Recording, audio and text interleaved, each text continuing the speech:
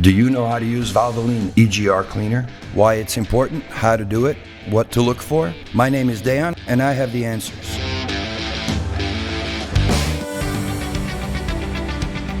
Valvoline EGR Cleaner is a powerful solvent that breaks up deposits of carbon, oil, varnish, gum, and oxidation on fuel system components. EGR Cleaner makes engines run smoother and increases engine efficiency. Shake the can well before use. Spray EGR Cleaner on the part to be cleaned and allow the solvent to begin to break down deposits and sludge. The nozzle allows use of the spray in all positions.